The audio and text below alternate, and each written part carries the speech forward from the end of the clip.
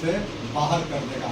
तो आप कहते हैं कि हमारा नेता है, वो मंत्री है, वो एमपी है, लेकिन वह एमपी दल के बंधुआ मजदूर है, दल का मंत्री नहीं है, ये आपका मंत्री नहीं है। आप गलतफहमी में हैं। अति पिछड़े के सवालों पर जब मुखर नहीं हो सकता है तो फिर आपका मंत्री कैसे है भाई? कोई भी समाज का हो, डिग्री का थोड़ा बहुत फर्क हो सकता है। इसलिए धारणा को निकालिए कि वो हमारा नकली नेता है और असली नेता तैयार हुई है आप, और असली नेता की बात कीजिए, वो लड़ाई लड़िए। इसमें सबसे बड़ा लड़ाई अभी हम अभी तक जितना अनुभव किए हैं, सबसे बड़ा लड़ाई तेली तमोली दांगी का है। ये लड़ाई में अगर जीत जाते हैं तो आगे से इन जातियों का जो प्रवेश हो रहा है, अभी तो आंदोलन से रुक गया, नहीं तो कई जातियां अब तक शामिल हो गई होती।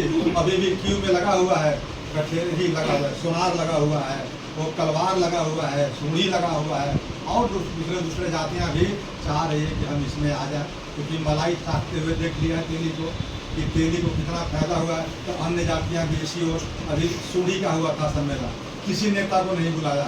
जैसे कानू का सम्मेलन अजय जी की है, किसी नेता को नहीं बुलाया। ऐसे स्वाभिमानी जातियों को मैं सलाम करता हूँ कि जो किसी नेता को नहीं बुलाता है। लेकिन वहीं पर बाल समाज का मीटिंग किया तो क्या किया? तेजस्वी जी को बुला दिया।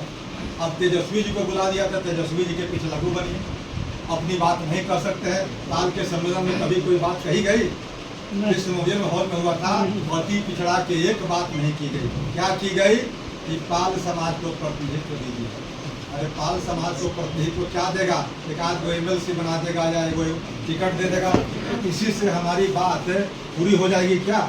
कदापि नहीं होगी। अगर हम ही को एमएलसी बनने से ये लाभ मिल जाता समाज को तो हम तो बने रहते, क्या और इतने लोग बने हैं एमएलसी या एमएलए या मंत्री? इसलिए इस भ्रम में हम लोग को नहीं रहना है। हम लोग को जो लड़ाई है, इस लड़ाई का, इस साल का, क्योंकि बहुत महत्वपूर्ण साल ही है।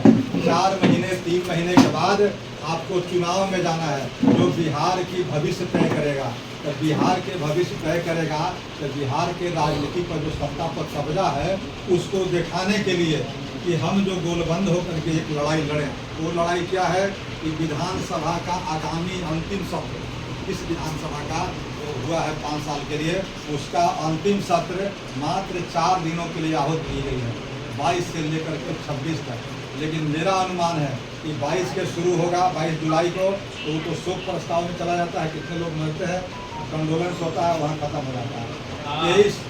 23 और 24 2 दिन का सत्र है, और 25 को हो सकता है कि एडजर्न हो जाए, क्योंकि चुनाव में सब लोग को जाना है। चुनावी मूड में पूरा बिहार है और पूरा राजनीतिक दल है, तो 25 को भी खत्म हो जाए या 25 तक चले। तो 2 दिन का समय था, 24 और 23। 23 और 24 में से एक दिन हम लोग को चुनना था कि हम लोग विधानसभा का घेराव बड़ी मुकम्मल तौर पर करें। मैंने 25-50 हज़ार लोगों के साथ अगर आप प्रदर्शन करते हैं विधानसभा का, तो निश्चित रूप से आने वाले बिहार के राजनीति पर और हमारा जो 5 सूत्री मांग है, उस पर इसका पॉजिटिव असर पड़ेगा, ये हम लोग को मानना है।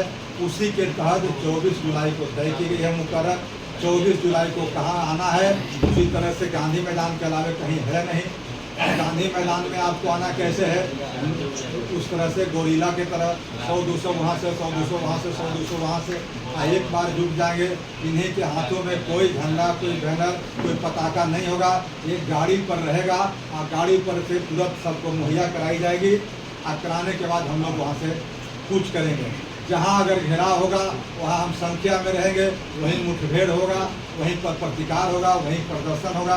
यही हमारा मकसद है। ये कोई ज़रूरी नहीं है कि विधानसभा घेराव का मतलब विधानसभा के अंदर तक हम पहुँचे, वहाँ तक नहीं पहुँच पाएंगे। आज तक कोई नहीं पहुँच पाया है। जब आज़ादी की लड़ाई लड़ी जा रही थी तब तो वहाँ तक झंडा फहराने के लिए पहुँचा ही नहीं था, यहीं पर लोग गोली मार दिया गया था। तो हम लोग विधानसभा के अंदर नहीं पहुँच पाएंगे, इतना बैरिकेडिंग रहती है जब सत्र चलता है उस समय विधानसभा।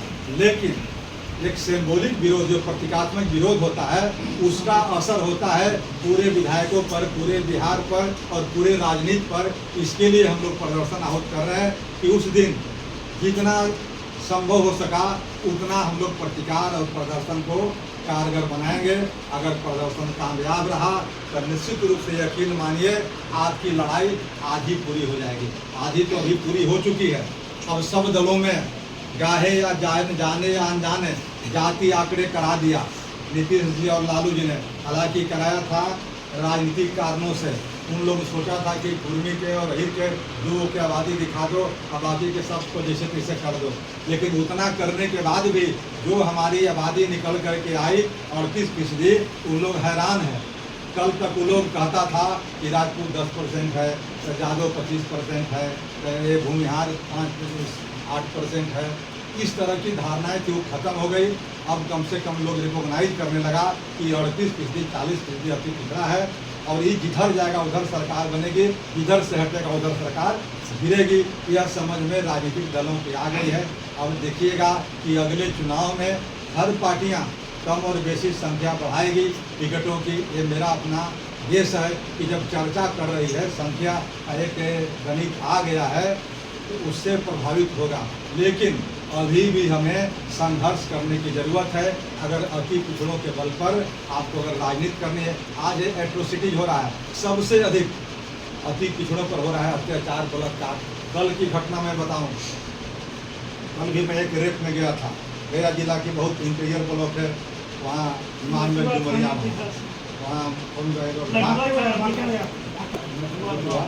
वहाँ पर मैं गया। 6 साल के बच्ची